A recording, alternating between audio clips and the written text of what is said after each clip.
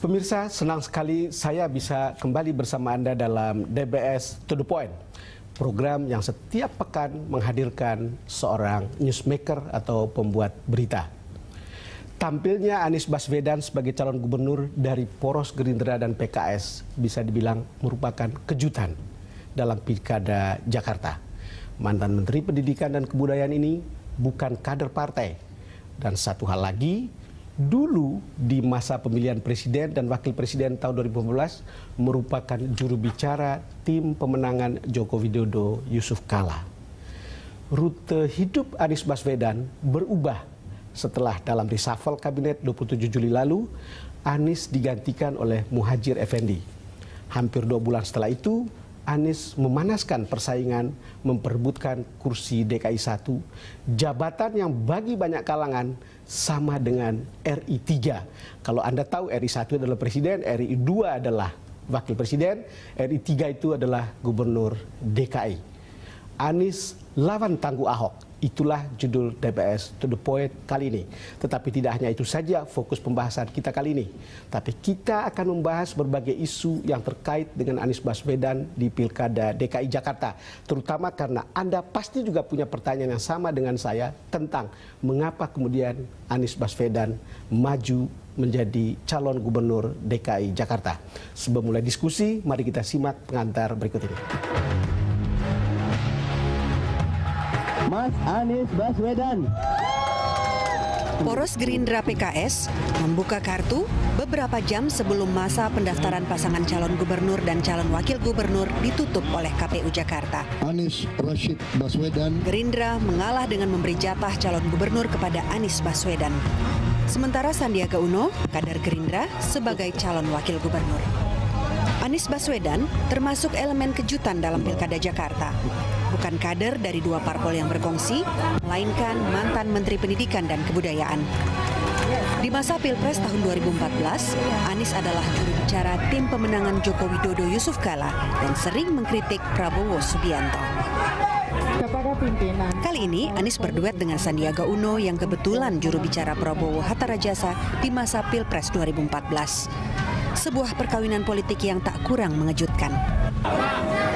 Nama Anies Baswedan mulai terdengar setelah posisinya sebagai Menteri Pendidikan dan Kebudayaan digantikan Muhadjir Effendi dalam reshuffle kabinet pada 27 Juli lalu.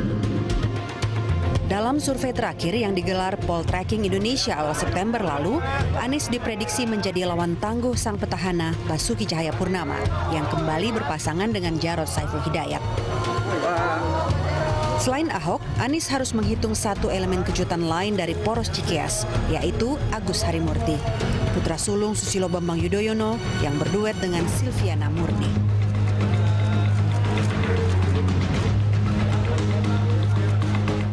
Mas Anies, kelihatannya inilah politik. Dulu Anda ada di seberang dan sekarang Anda ada bersama Pak Prabowo dan PKS. Saya ingin dapat komentar pendek tentang ini. Ini adalah hidup. Ini adalah hidup. Saya bilang inilah politik, Anda bilang ini adalah hidup.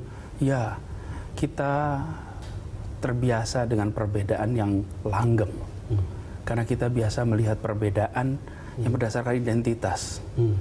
Orang Jawa seumur hidup ya Jawa. Orang Sunda seumur hidup Sunda. Seorang Kristen terus, Muslim terus. Itu ada perbedaan-perbedaan berdasarkan identitas. Betul. Tapi ketika perbedaan karena ide, gagasan, maka misalnya menyangkut soal subsidi, mungkin saya sama Mas Don sama pendapat. Pindahkan temanya, misalnya mengenai teks amnesti, mendadak Mas Don beda sama yang lain beda dengan saya. Nah, bangsa kita sedang mulai membiasakan, karena sekitar 200 tahun terakhir ini kita mulai menyaksikan perbedaan ide, gagasan. Nah, termasuk demokrasi. Dalam berdemokrasi, kita menyaksikan ada yang namanya pemilihan. Ya. Ada pilpres, ada pilgub, ada yang lain-lain. Dan ketika saat itu kita harus memilih. Warga negara yang datang harus memilih. Termasuk saya waktu itu memilih. Pilpres sudah selesai dan sudah terbentuk pemerintahan. Pilpres sudah selesai, sudah terbentuk pemerintahan, lalu kemudian kita tentu bisa mempunyai pilihan-pilihan lain ya, artinya, dalam hidup. Betul, tim sukses sudah selesai. Udah selesai, dua-duanya udah selesai. Sudah selesai. Sudah. Nah, kadang-kadang kita menganggap Pilpres itu masih ada terus tiap hari. Ya Pilpres kemarin masih ada, Pilpres, dan sebagian juga merasa Pilpres itu tiap hari. Karena itu siap-siap untuk Pilpres terus. Mas Anies, persoalannya adalah ibarat seorang yang menangis. Orang merasa air mata itu belum kering sebetulnya 2014 itu untuk melihat perseteruan. Karena waktu itu kan head to head yang menurut saya belum pernah terjadi dalam pesta demokrasi yang kita lakukan sebelumnya. Ini bagian dari pembelajaran kita sebagai bangsa. Kita pernah merasakan di tahun 50-an perbedaan karena ideologi. Lalu sekarang sesudah kita masuk di era demokrasi seperti sekarang, perbedaan ideologi tentu masih ada, tapi sudah sampai juga personality, sampai pada gagasan, sampai pada policy. Ini bagian dari sebuah proses pembelajaran. Tapi ada satu hal yang saya harus garis bawahi. Ketika Pilpres itu namanya lawan, bukan musuh. Namanya lawan, bukan musuh. Itu dua terminologi yang berbeda. Sekali. Hari ini saya adalah lawan bicaranya Mas Don. Betul. Dan kita adalah teman berpikir. Bukan lawan bicara adalah teman berpikir. Lawan dalam badminton adalah teman olahraga. Lawan di dalam pemilu adalah teman demokrasi. Nah, tapi beda dengan musuh. Lawan saling menguatkan, musuh saling menghabisi. Nah, kita seringkali ketika berbeda menganggapnya bermusuhan, lalu saling menghabisi. Di Republik ini, ideologinya beda-beda. Pikirannya beda-beda. Lihat ada PSI, ada Mas Yumi, ada ini. Lalu, Mas Anies, ini untuk saya terpukau dengan apa yang Anda katakan. Dan saya kira penonton juga akan mendapatkan pencerahan baru tentang bedanya lawan dan musuh. Kira-kira begitu. Dan dalam politik, itu lawan. Kan gitu. Dalam olahraga pun lawan. Iya, tapi bukan musuh. Kira-kira setelah itu bisa orang berjabat tangan, bukan? Saya hanya mau mengingatkan kembali bahwa ketika lihat gambar tadi, saya teringat pada gambar ketika Anda berbicara tentang Pak Prabowo. Kita lihat gambar ini. Agak aneh, karena yang dituding punya masalah agama itu Jokowi. Karena Jokowi dianggap bukan seorang Muslim. Isu yang diarahkan sebenarnya isu yang menjadi kelemahannya Prabowo. Prabowo justru dari keluarga yang tidak semua saudaranya beragama Islam, ibunya, ayahnya, saudara-saudaranya, tetapi justru Jokowi yang dituding. Ini satu taktik kampanye gelap yang berbahaya sekali. Bulan Mei kemarin tidak ada yang mengasosiasikan Prabowo dengan kekuatan Islam. Sesudah ada koalisi dengan partai-partai Islam, lalu mendadak label itu muncul. Jadi menjadi pertanyaan sebenarnya, jika kita menggunakan isu agama, isu etnis dalam sebuah kompetisi calon presiden yang dua-duanya, baik Pak Jokowi maupun Pak Prabowo, bukan dari tokoh organisasi Islam. Mas Anies, sengaja saya harus atau produser saya menaikkan kembali gambar ini karena ini soal ingatan. Dan bagi saya, publik harus paham reason kemudian ketika Anda kemudian ada bersama Pak Prabowo sekarang ini. Bahkan pada catatan itu, apa yang saya katakan masih valid sampai hari ini. Masih valid sampai hari ini. Masih valid. Ini yang dikatakan tadi. Jangan pakai isu SARA, jangan pakai isu etnis. Masalah kita itu adalah soal korupsi, soal macam itu. Pengamatan itu sama sekali bukan serangan untuk kalau yang ini kalau yang lain nggak tahu lagi tapi kalau yang ini saya memaparkan fakta dan justru saya mengatakan jangan gunakan isu agama karena ini kita sedang berdemokrasi pakai landasan konstitusi. Lihat konstitusi dan konstitusinya mengatakan kita harus melindungi, mencerdaskan, mensejahterakan. Jadi pilih orang untuk menjalankan konstitusi itu. Mendadak kan temanya jadi identitas. Nah ini yang sekarang di Pilkada Jakarta kita jangan ulang. Jangan pernah Itulah sebabnya orang bergembira. Ketika Anda hadir, orang akan berbicara pertama demokrasi kita naik kelas. Karena sebelum ini orang pada resah. Kalau bukan orang seperti Anda lawan Ahok, atau penantang Ahok, orang akan bilang ini kampanyenya itu bisa ugal-ugalan untuk mengumbar hal sektarian. Itu hapus isu sektarian itu isu sudah kuno. Isu sektarian itu muncul ketika tak ada lagi kata-kata gagasan yang bisa diungkapkan. Karena itu kemudian munculnya identitas. Apalagi yang bisa diungkapkan. Begitu pakai identitas, terus mau berbuat apa?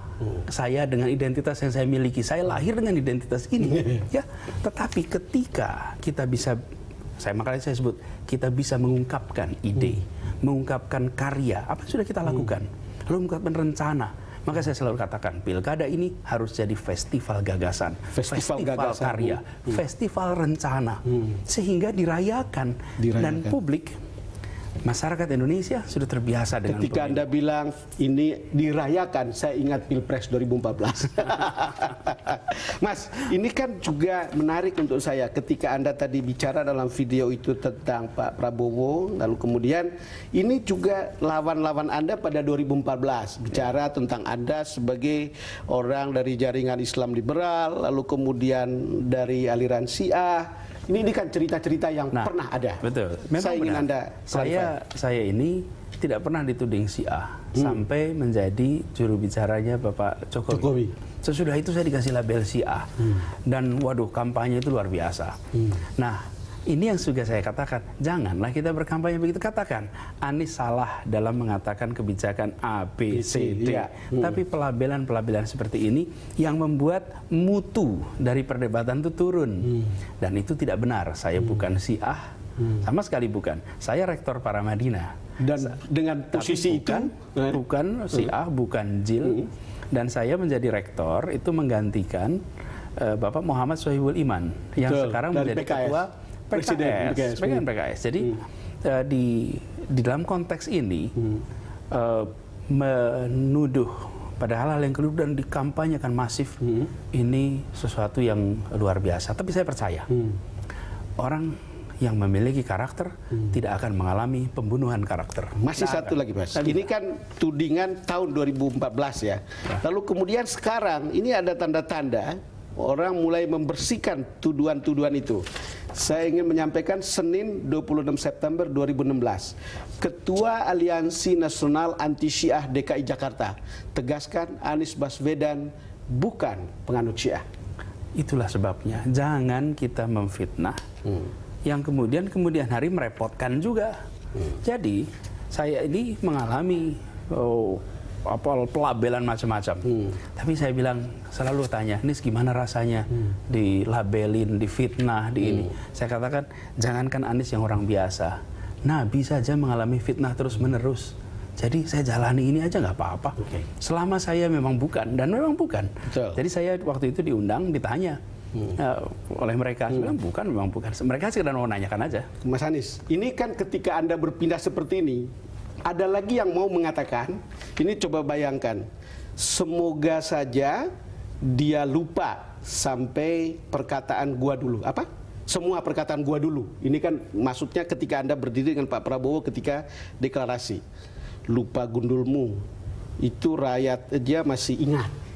Jadi ada orang yang dulu mendiskreditkan Anda, sekarang harus membersihkan itu. Yang dulu mencintai Anda ketika Anda menyeberang, ngomongnya seperti ini. Tapi begini, saya garis bawahi sekarang ini, bahwa saya tidak menyeberang. Tidak menyeberang. Kalau begini, saya tidak pernah berencana untuk di kabinet hanya 2 tahun. Tidak pernah. Saya satu ketika dipanggil Bapak Presiden dan beliau mengatakan cukup sampai di sini. Karena saya dicukupkan tugasnya. Saya kembali menjadi warga negara. Dan saya tidak menjadi oposisi pemerintah sama sekali tidak. Saya kemudian saya keliling ke banyak tempat, memenuhi undangan-undangan, sekaligus silaturahmi sama teman-teman. Lalu ada proses pencalonan untuk sebuah provinsi. Lalu ketika mencalon sebuah provinsi, partai-partai mencari. Nah sekarang saya dicalonkan. Disitulah. Dan saya yang dicalonkan, apakah seorang menteri dicalonkan? Bukan. Seorang warga negara biasa yang tidak memiliki komitmen apapun dicalonkan. Cuman kita ini terbiasa untuk menganggap semuanya serba langgeng. Kalau sudah beda itu berarti beda seterusnya. Nyatanya kan tidak. Mas, nanti soal itu kita akan bicarakan lagi setelah ini. Pemirsa, kami akan kembali setelah jeda berikut. Jadi kalau kita lihat prosesnya, Pertama, saya tidak pernah mengira berhenti di kabinet. Kembali bersama Mas Anies Baswedan dalam DBS To The Point. Mas Anies, ada cerita yang berkembang dan perasaan yang berkembang mengatakan bahwa Anda kemudian masuk ke kandang musuh, walaupun Anda tadi bilang bukan musuh, itu lawan ya, karena Anda kecewa dan sakit hati di reshuffle sama Presiden Jokowi. Ingin sekali saya dapatkan penjelasan tentang itu. Ya, jadi kalau kita lihat prosesnya, pertama saya tidak pernah mengira berhenti di kabinet. Betul. Oke. Kemudian ketika saya pun tidak pernah mengira, Mas. Ya. Lalu banyak orang tidak mengira. Sesudah itu saya melakukan yang saya kerjakan. Saya tidak pernah terlibat dalam urusan-urusan yang terkait dengan perpolitikan secara langsung. Baru kira-kira 2 minggu terakhir ini. 2 minggu terakhir. Ya. Nah, yang saya ingin garis bawahi adalah ini pilkada, ini bukan pilpres. Saya tidak sedang berhadapan dengan presiden. Bukan, saya ini dicalonkan untuk menjadi calon gubernur. Oke, yang ini beda levelnya. Jadi menurut saya kita harus tempatkan ini secara proporsional. Lalu yang kedua, saya memang sudah selalu siap, Mas Don, siap untuk berhenti dari posisi menteri. Betul. Kenapa? Karena ini sebuah posisi yang ada batasnya. Lain dengan posisi suami. Kalau saya mendadak jadi suami, kaget saya. Karena memang nggak ada batasnya suami. Dua hal yang berbeda. Tapi kalau jadi menteri itu pasti akan berhenti. Ada pelantikan, ada nanti purna tugas. Kalau suami kan terus. Mas. Jadi artinya begini, tidak ada namanya sakit hati dan bisa dilihat semua statement saya tidak. Itu proven. Itu tidak. Bahkan saya mengatakan kita harus memastikan bahwa pemerintah bisa sukses karena suksesnya pemerintah ini itu menjalankan apa yang kita janjikan. Mas, dulu. Lebih jauh sebetulnya orang berbicara tentang kan Anda ada di pihak lawan yang justru lawan Anda di DKI 1 menuju DKI 1 ini adalah orang yang didukung itu Pak Ahok itu didukung oleh PDIP. Kira-kira begitu. Lalu kemudian orang secara tidak sengaja untuk mengatakan itu mau tunjukkan eksistensi untuk sebetulnya itu semacam perlawanan tanda kutip. Ya, menurut saya Jakarta membutuhkan pendekatan yang berbeda. Dan saya memandang cara kepemimpinan yang harus hadir di Jakarta itu kepemimpinan yang berbeda. Jadi, boleh kan kita memberikan alternatif? Betul. Dan saya juga merasa kalau kemarin-kemarin itu sudah ada calon alternatif, saya memberi alternatif itu bagian dari sehatnya hidup demokrasi, bukan? Bahasanya itu ya kewajibannya sudah ditunaikan oleh orang lain. Tapi kalau belum dan saya diundang untuk terlibat, saya katakan iya, saya siap. Saya tidak khawatir. Kenapa? Karena memang saya mau menawarkan sesuatu untuk Jakarta. Masyarakat Jakarta silahkan memilih. Ada juga pembicaraan yang mengatakan ini adalah bridging Anda untuk 2019 untuk bersaing dengan Jokowi. Itu cerita yang semua beredar. Ya, Mas. Nah, ini kerepotan yang saya alami. Karena kalau ada survei-survei nama saya muncul. Betul. Nah, saya sendiri partai tidak ada. Oke, kalau dilihat kekuatan ya. Betul. Partai nggak ada. TV juga nggak punya. Tapi bahwa nama itu muncul. Kalau saya hanya memikirkan apa yang dikatakan orang, saya nggak berani berbuat apa-apa. Itu betul. Jadi saya katakan saya mau berbuat. Dan rencana saya ya saya mau melakukan ini untuk Jakarta. Bukan untuk yang lain-lain. Oke. Mas Anies, gambar-gambar seperti ini memperlihatkan bagaimana dekatnya Anda dengan Presiden Jokowi atau Jokowi sebelum jadi presiden. Ini saat-saat kampanye ada duduk di bangku pencitraan Jokowi atau citra Jokowi juga sangat banyak dibantu oleh Anda. Ini juga adalah gambar ketika saya tidak tahu persis. Ini Anda menyematkan sebuah tanda ke. Oh ya, ini penyematan di Solo. Waktu itu kita membangun namanya Gerakan Indonesia Mengajar, membuat Solo Mengajar. Dan Pak Wali Kota waktu itu Pak Jokowi itu ikut menjadi relawannya. Oke. Apa yang ingin saya katakan adalah bahwa ini juga salah satu gambar yang mungkin bisa dilihat oleh publik dan sangat diingat oleh publik. Gambar waktu konser Dua Jari. Yang saya ingat pada waktu itu, saya dengar Anda merupakan penulis pidatonya dengan judul pada waktu itu Manifesto People Power. Itu yang saya dengar. Betul. Mas, ini perlu sedikit klarifikasi tentang ini kan kedekatan seperti ini sangat ikonik. Kira-kira ya. Momentum-momentum seperti ini apakah terbawa ketika kemudian Anda menjadi lawan politik ketika maju ke DKI 1? Ya. Jadi memang benar kami dekat tukar pikiran. Sepanjang perjalanan kampanye juga banyak sama-sama. Dan sesudah itu berada di kabinet. Ketika berada di kabinet, saya menempatkan sebagai anak buah, bukan semata-mata sebagai partner. Saya adalah anak buah presiden dan saya taat komando presiden 100%. Karena memang posisi saya adalah bawahan presiden. Jadi hubungan masih jalan, tidak ada masalah. Tetapi begitu presiden memutuskan cukup sampai di sini, saya terima. Bahkan saya sampaikan presiden, terima kasih.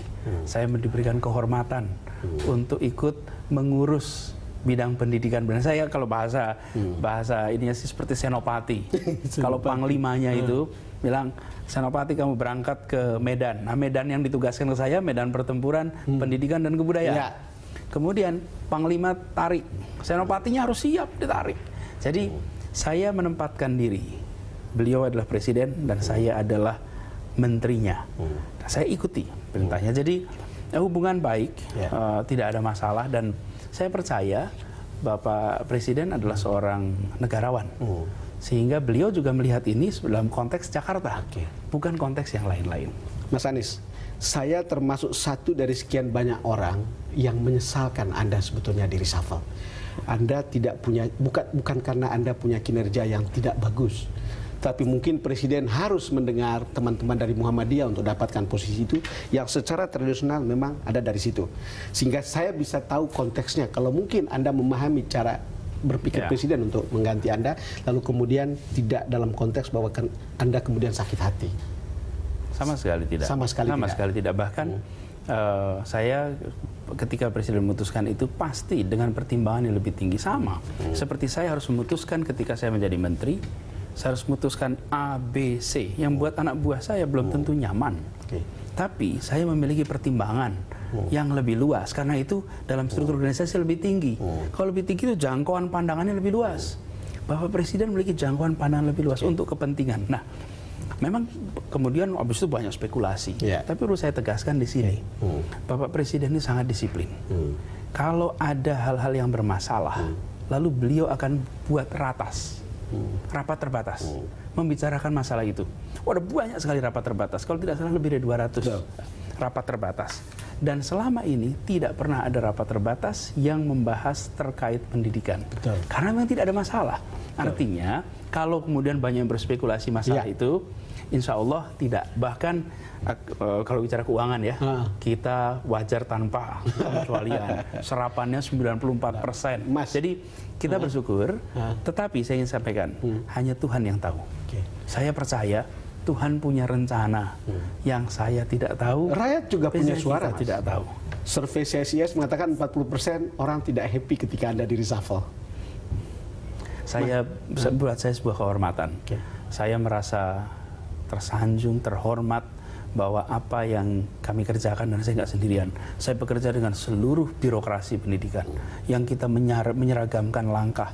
Makanya saya katakan kalau untuk berhenti kabinetnya, buat saya biasa saja. Yang berat adalah berpisah dengan teman-teman yang bekerja bersama sepenuh hati. Kemdikbud, para guru, para orang tua yang selama ini kami menjalin kemitraan. Mereka sudah berjalan bersama-sama. Jadi ketika saya berhenti, yang lebih terasa itu adalah dengan merekanya. Kita break lagi. Pemirsa, kami akan segera kembali.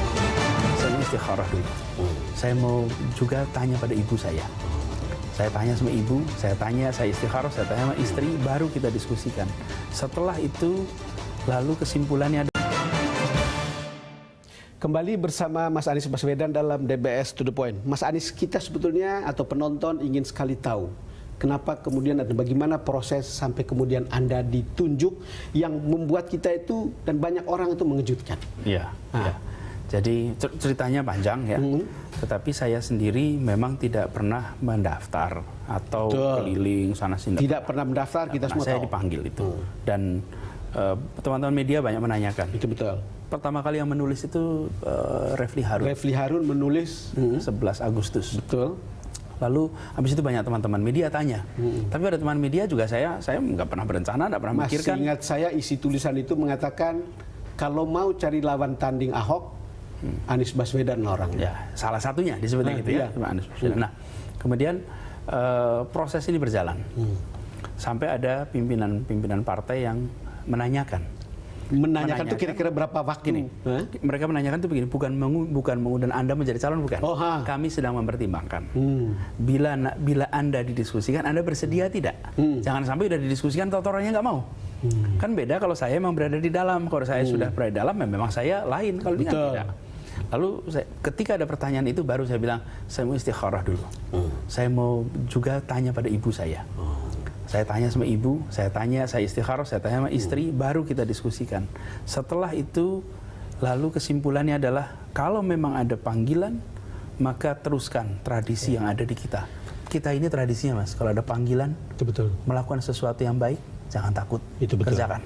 Mas, karena yang saya tahu, partai yang Anda sebutkan itu sebetulnya yang lebih dulu memanggil Anda atau menanyakan Anda itu ada P3, betul. Ada PAN. Bukan PKS sama Gerindra yang sekarang justru mencalonkan Anda, benar? Nah, itu proses di dalamnya yang saya tidak tahu, tidak terlibat. Karena memang saya bukan di dalam pertemuan-pertemuan. Betul. Tapi memang saya diundang pertama dengan P3 dan PAN.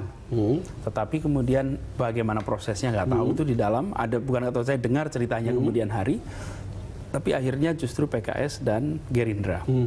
Dan saya perlu garis bawahi di sini.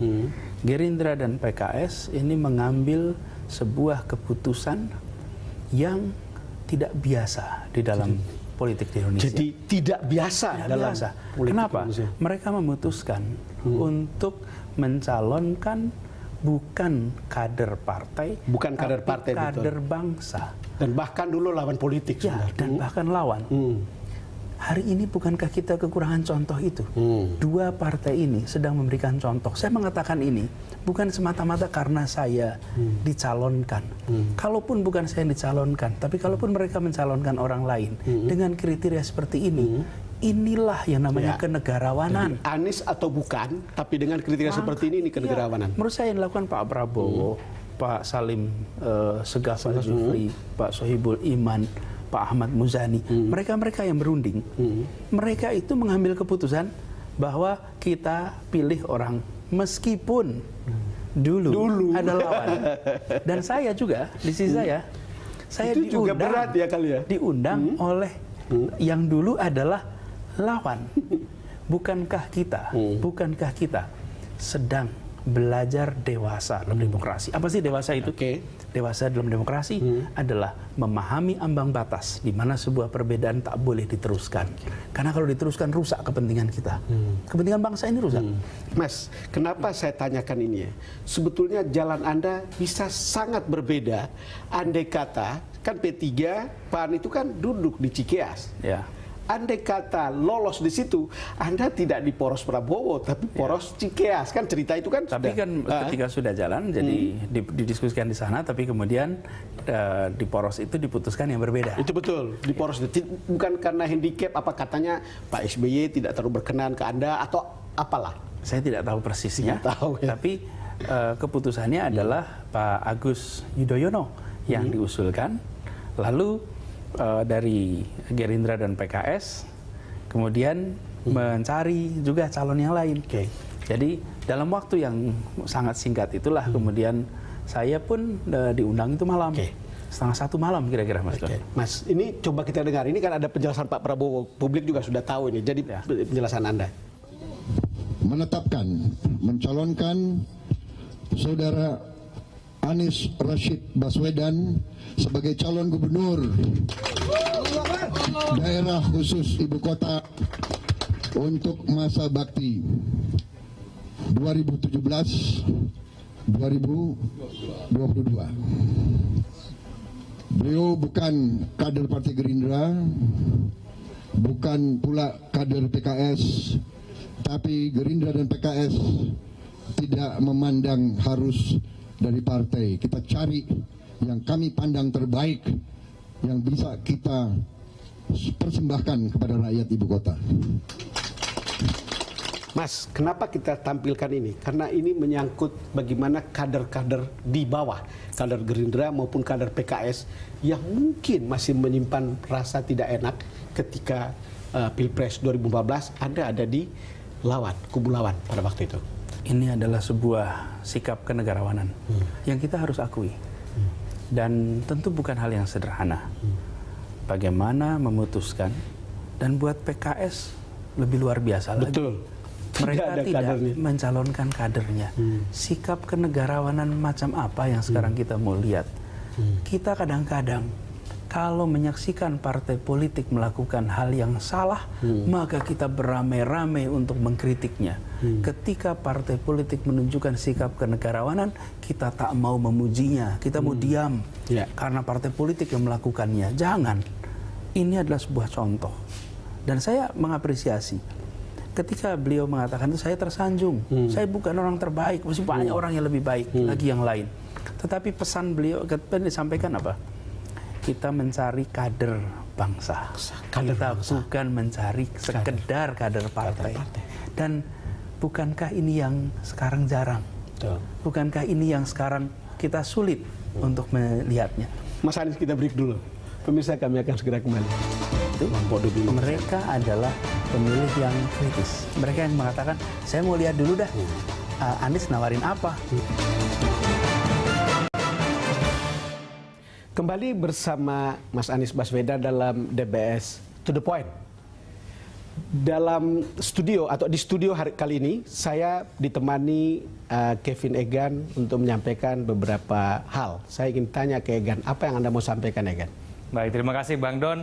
Dalam hasil survei yang akan saya tampilkan, ini akan menampilkan bagaimana tingkat elektabilitas dari Anies Baswedan apabila berhadapan dengan petahana yaitu Basuki Cahayapurnama atau Ahok. Nama Anies Baswedan sendiri baru muncul ketika Anies Baswedan tidak lagi menjabat sebagai Menteri Pendidikan dan Kebudayaan. Pertama kita akan mulai pertemuan dari elektabilitas dan juga simulasi. Dari tingkat elektabilitas kandidat, Basuki Cahayapurnama menempati posisi pertama dengan tingkat 40,77%, disusul oleh Sandiaga Uno dengan 9,23%, lalu kemudian disusul oleh Anies Baswedan 8,92%. Hasil ini disurvei pada tanggal 6 hingga 9 September 2016 oleh Poltreking Indonesia, yang berarti dapat kita simpulkan ini disurvei pada saat Anies Baswedan belum resmi mencalonkan diri sebagai calon gubernur DKI Jakarta. Sekarang kita lihat bagaimana tingkat popularitas dari Anies Baswedan. Ya, kita lihat dari tingkat popularitas kandidat, Ahok masih menempati posisi pertama dengan perolehan 92,56%, Anies Baswedan menyusul 71,79%, Sandiaga Uno 64,10%, lalu disusul dengan Jarod Saiful Hidayat dengan posisi dengan perolehan 59,23%. Bagaimana dengan tingkat kesukaan? Nah, dari 400 responden yang disurvei oleh Poltreking Indonesia pada tanggal 6 hingga 9 September 2016, 64% menyatakan suka terhadap Ahok. Ada 53% menyatakan suka terhadap Anies Baswedan, lalu kemudian ada 46% menyatakan suka dengan Sandiaga Uno, begitu juga dengan Jarod Saiful Hidayat, ada 46%. Itulah tingkat elektabilitas, popularitas, dan juga kesukaan. Kita akan kemudian melihat salah satu data lagi, yaitu simulasi Poltreking. Ada begitu banyak kandidat yang kemudian dilakukan simulasi, namun demikian kita akan mencermati salah satu saja, yaitu dua pasangan calon. Pada waktu itu, ketika itu, pada tanggal 6 hingga 9 September, Poltreking Indonesia sudah melakukan perkiraan bahwa Anies Baswedan akan berpasangan dengan Sandiaga Uno, dan Ahok juga akan berpasangan dengan Jarod Saiful Hidayat.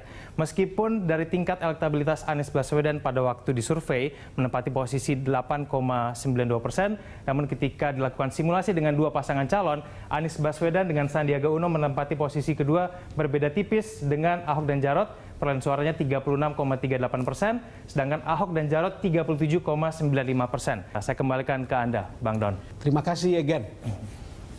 Saya kembali ke Mas Anies. Hasil survei ini kan masih pasti akan turun naik kan. Lalu kemudian kalau lihat hasil survei ini, orang bilang, saya bicara dengan beberapa peneliti, baru akan terlihat justru ketika setelah ditetapkan, setelah jadi calon, lalu kemudian disurvei, ini akan seolah-olah semua harus kembali lagi ke titik nol. Seberapa besar optimisme Anda tentang ini? Ya, cukup optimis, sangat optimis. Dan kami melihat, tentu saya harus nomor satu katakan, ini sesuatu yang hanya Tuhan yang tahu ini proses. Betul. Seperti ini. Tetapi saya ingin sampaikan bahwa kita akan hadir untuk membuat nuansa pilkada ini lebih baik. Betul. Jadi kita mau menawarkan gagasan. Dan saya percaya yang 25% itu, yang dalam simulasi, ini kan menarik. Kenapa muncul 36-37? Ketika orang dipaksa. Jika pasangannya ini, Anda pilih mana? Iya, betul. Okay? Yang 25% ini adalah orang yang belum menentukan pilihan. Betul. Mereka bukan swing voter, mereka undecided. Undecided. Nah, banyak di antara kita juga yang sering menentukan pilihan sebelum ada pilihan. Jadi belum jelas menunya apa, tapi udah milih dulu. Nah, sekarang udah ada menunya nih. Betul. Jadi jelas ini sudah di atas meja nih menunya. Di atas meja menunya. Nah, sekarang tentu akan konstelasi berubah. Tapi yang sangat menentukan yang kelompok 25% itu, mereka adalah pemilih yang kritis. Mereka yang mengatakan, saya mau lihat dulu dah. Anies nawarin apa? Saya milih Anies, belum dengar dia ngomong apa. Betul. Kalau Pak Basuki, mereka sudah lihat. Tapi apa yang begini, Mas, ini saya pribadi atau beberapa teman yang saya dengar, begitu ada nama itu, ada semacam seperti orang mulai terbelah dengan jelas untuk mengatakan tanpa Anda bicara pun orang bilang saya mau Anies. Sama seperti Ahok tidak bicara pun sudah jelas keputusannya ada di sana, atau Agus, kira-kira sama-sama seperti itu. Tapi orang betul-betul mulai basis Anda masing-masing itu sebenarnya sudah ada. Tentu kemudian untuk menentukan supaya itu kemudian meningkat, itu kan soal apa yang Anda tawarkan seperti Anda katakan barusan. Pertanyaan saya, memang Anda mau nawarin apa? Ya, yang pertama adalah semua yang sudah dikerjakan dan baik akan diteruskan dan dikembangkan. Tidak boleh kita hadir hanya sekedar mengganti dan menghentikan. Pak Basuki memimpin Jakarta selama 2 tahun. Sebelumnya dipimpin oleh Pak Jokowi. Sebelumnya dipimpin oleh Pak Fauzi Bowo. Banyak program, misalnya soal penanganan sungai misalnya. Itu dimulainya di era Pak Fauzi Bowo. Penyusunan rancangannya 2009. Dilaksanakan di ujung Pak Fauzi Bowo, diteruskan oleh Pak Jokowi, lalu dilihat hasilnya sekarang. Tapi rangkaiannya panjang. Betul. Karena itu kami, prinsip nomor satu adalah kita akan meneruskan yang baik. Kita akan mengembangkan yang baik. Mas, kita break dulu. Pemirsa, kami akan segera kembali. Apakah yang saya putuskan selama 3-4 hari? Kembali bersama Mas Anies Baswedan dalam DBS To The Point. Mas Anies, orang pada umumnya tahu ada perbedaan yang sangat signifikan antara Anda dan Ahok, khususnya personality dan mungkin juga managerial style. Ada yang mengatakan Ahok itu kerja. Lalu kemudian personality-nya adalah keras, tegas, bahkan orang mengatakan kasar. Gitu. Lalu kemudian Anda datang dengan wacana sangat bagus, lalu kemudian orang ragu apakah Anda akan bisa mengendorse itu dalam bentuk kerja nyata. Itu Anda bisa jelaskan bagaimana? Nomor satu, saya percaya bahwa kerja ada sesudah kata. Kerja ada sesudah kata. Lalu sesudah gagasan. Kata ada setelah gagasan. Gagasan diterjemahkan dalam kata-kata, lalu menjadi kerja. Jadi kalau kita bekerja tanpa ada kata-kata, tanpa ada gagasan, maka yang dikerjakan bisa salah, bisa keliru, karena tidak ada arah. Itu nomor satu. Terus kemudian yang kedua adalah mengenai keras. Lalu kemudian Anda santun dan mungkin orang mengatakan nanti jadi lemah gitu. Apakah yang saya putuskan selama 3-4 hari belakangan ini bukan sebuah keputusan tegas? Apakah hantaman kritik sana sini saya hadapi dengan senyum? Ya. Dan saya jawab dengan penjelasan. Saya tak memaki, saya tak menyerang, saya jelaskan langkahnya. Apakah saya bimbang? Tidak, saya yakin. Memimpin dengan tegas bisa dilakukan sambil senyum. Memimpin dengan tegas, saya ulangi. Memimpin dengan tegas bisa dilakukan dengan senyum. Memberikan perintah dengan kata-kata. Dan bisa dengan menyentuh pikiran dan hati. Republik ini harus kembali menunjukkan cara-cara yang bisa jadi teladan. Bagaimana orang tua menjelaskan pada anak-anaknya ketika melihat pemimpinnya mengeluarkan kata-kata yang sulit untuk diungkapkan di ruang makan di rumah-rumah. Tidak bisa kita harus kembalikan memimpin adalah menjadi teladan meski dalam kata-kata. Mas, sebelum saya lupa, saya ingin menyampaikan satu hal. Apakah cara Anda nanti berkampanye tonnya cuma seperti ini? Itu pertanyaan. Saya akan terus menyampaikan gagasan. Saya akan menunjukkan karya. Karena lamanya saya berada di kabinet sama dengan lamanya Pak Basuki berada di gubernur. Ya, anggaran yang saya kelola bisa dibandingkan dengan anggaran juga yang dikelola oleh Pak Basuki. Skala yang diurusin bisa dibandingkan. Kita sama-sama kira-kira 2 tahun berada di situ. Bisa dibandingkan justru. Karena memimpin itu seperti dirigen orkestra. Pemain biola, piano bisa memainkannya tanpa hadirnya dirigen, tapi dirigen yang berbeda memberikan ruh yang berbeda dalam sebuah perhelatan. Mas, itu ada survei dari Lembaga Psikologi Politik UI, kan saya kira Anda juga sudah tahu. Di situ dibilang orang Jakarta itu lebih membutuhkan pemimpin yang tegas, berani. Santun itu justru nomor kesekian, kan itu kan survei itu. Saya tidak tahu. Tetapi saya ingin tanya, kalau Anda mau menanggapi survei itu, apa? Pertanyaan sederhana, apakah langkah yang saya terima dan lakukan beberapa waktu ini bukan langkah yang berani? Sangat bisa dinilai. Apakah saya berhadapan dengan kontroversi? Ya. Tapi kita tidak membuat kontroversi menjadi keruh. Sampaikan penjelasan. Ajak untuk bisa berpikir dengan jernih. Tunjukkan skalanya, mengapa ini dilakukan. Jadi yang dibangun adalah suasana yang positif. Berbeda pandangan terjadi. Seringkali kita melihatnya ini bukan mau ngurusi mandor di lapangan yang harus teriak-teriak. Ketika Anda bilang mandor itu saya berpikir tentang sesuatu. Lanjut. Jadi mandor di mana kita harus meneriaki orang-orang. Bukan. Ini adalah mengambil keputusan, berbicara dengan counterpartnya di DPRD, di banyak tempat, termasuk berhadapan dengan masyarakat. Mas Anies, terima kasih sudah hadir di DBS To The Point. Terima kasih. Pemirsa, demikian perbincangan saya dengan Mas Anies Baswedan dalam DBS To The Point kali ini. Anda sudah menemukan menu di atas meja. Anda bisa mencicipi dengan mendengar mereka dan melihat mereka. Silakan Anda akan memutuskan, tentu masih ada waktu yang cukup lama untuk melihat dan mencicipi menu ini, mana yang paling cocok untuk Anda, mana yang paling sesuai dengan Anda. Terima kasih Anda sudah bersama kami dalam DBS To The Point kali ini. Sampai jumpa lagi dalam episode berikutnya.